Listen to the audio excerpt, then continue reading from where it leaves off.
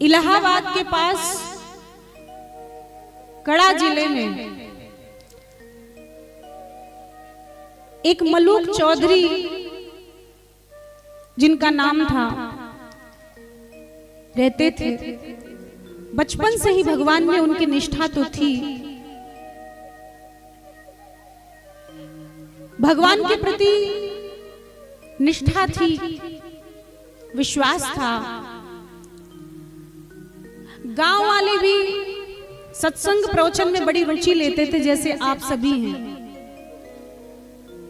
एक दिन पड़ोसी के घर में एक महात्मा आए, एक संत आए और रात्रि में सत्संग करने लगे, सत्संग सुनाने लगे, प्रवचन करने लगे। सारे गांव वाले इकट्ठे हो गए और सभी इतने प्रभावित हुए, बाबा 2-4 दिन रहकर और रोज रात्रि में हमें इसी तरह सत्संग प्रवचन सुनाओ, आपके ज्ञान से हमारा जीवन पवित्र हो रहा है, बुद्धि शुद्ध हो रही है। उस संत ने कहा ठीक है, हम तुमसे लेंगे तो कुछ भी नहीं, बस भरपेट भोजन करा दो। अब तो गांव वाले खीर पूड़ी हलवा बड़े प्रेम से बनाने लगे, खिलाने लगे।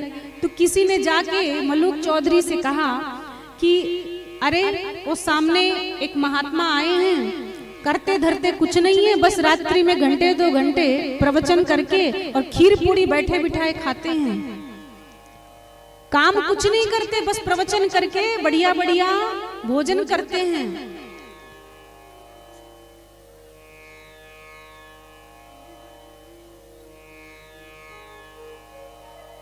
तो मलूक जी आए, सत्संग में बैठे, उन्होंने सत्संग सुना जब, तो आखिरी में आकर कहने लगे उस संत से कि भैया कुछ काम धंधा क्यों नहीं करते हो? अरे मेहनत से कमाओ तो खाओ, बैठे बैठे खाते हो, मेहनत करो और मेहनत का खाओ। गांव वालों का खीर पूड़ी खाते हो बैठे बिठाए। उन्होंने कहा क्या करे, राम जी की कृपा है कि बिना कुछ किए ही खीर पूड़ी मिल रहा है, ठाकुर जी पेट भर रहे हैं, स्वादिष्ट व्यंजन मिल रहा है। राम जी की कृपा से किसी को भूखे नहीं रहना पड़ता। तो मलूक जी बोले अगर कर्म नहीं करोगे तो भोजन मिल जाएगा, काम नहीं करोगे तो रोटी मिलेगा। उस संत ने कहा बिल्कुल मिलेगा, अगर प्रारब्ध में होगा अन्न जल तो जरूर मिल जाएगा, कहीं भी रहो मिल जाएगा। तो मलूक जी ने कहा ठीक है, लगी शर्त, आज मैंने भोजन नहीं किया है, सुबह से भूखा हूं और अभी दिन भर भूखे ही रहूंगा। अब परीक्षा लूंगा तुम्हारे भगवान की कि वो मुझे कैसे खिलाते हैं। और उन्होंने कहा कि अगर भगवान ने आपके बिना कुछ किए मुझे भोजन करा दिया तो मैं आपका शिष्य बन जाऊंगा, बस भजन ही करूंगा जीवन में। और अगर मैं शर्त हार गया, मुझे भोजन नहीं मिला आज दिन भर में रात तक, तो आपसे जिंदगी भर काम कराऊंगा, खेतों में काम कराऊंगा, जिंदगी भर आप हमारे गुलाम बनकर रहेंगे। उस संत ने कहा मंजूर। संत चले गए। ओ वह व्यक्ति मलूक जी आकर के बड़े सघन जंगल में पेड़ पर चढ़ गए, वृक्ष पर चढ़ गए और सोचे कि यहाँ मुझे भोजन कौन देगा, यहाँ जंगल में मुझे कौन रोटी देगा। अब लीला देखिए भगवान की, उसी जंगल में कुछ गैया बकरी चराने वाले, कुछ चरवाहे, कुछ व्यक्ति घूमते घामते उसी जंगल में पहुंच गए। उस दिन उनको कुछ त्योहार था तो मन हुआ कि यही जंगल में भूख लगी है, चलो कुछ खीर बनाए।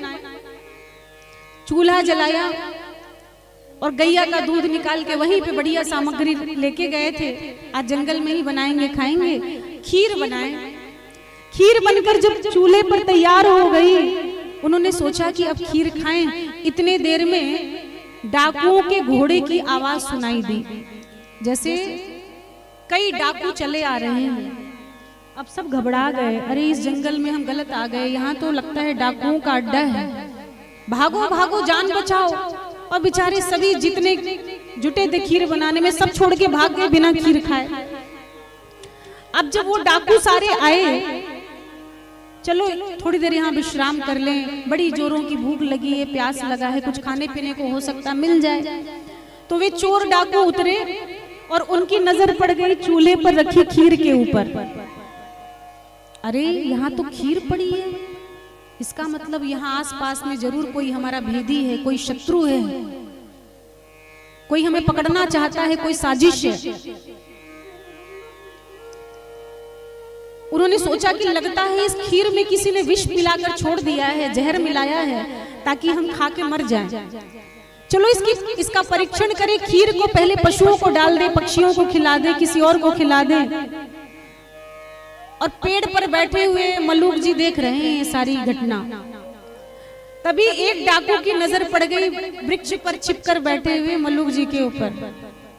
उन्होंने कहा, सरदार, डाकुओं के सरदार से, वो देखिए वृक्ष के ऊपर, पेड़ के ऊपर छिपकर बैठा है, यही वो बदमाश है जो हमें जहर खिलाकर मारना चाहता है।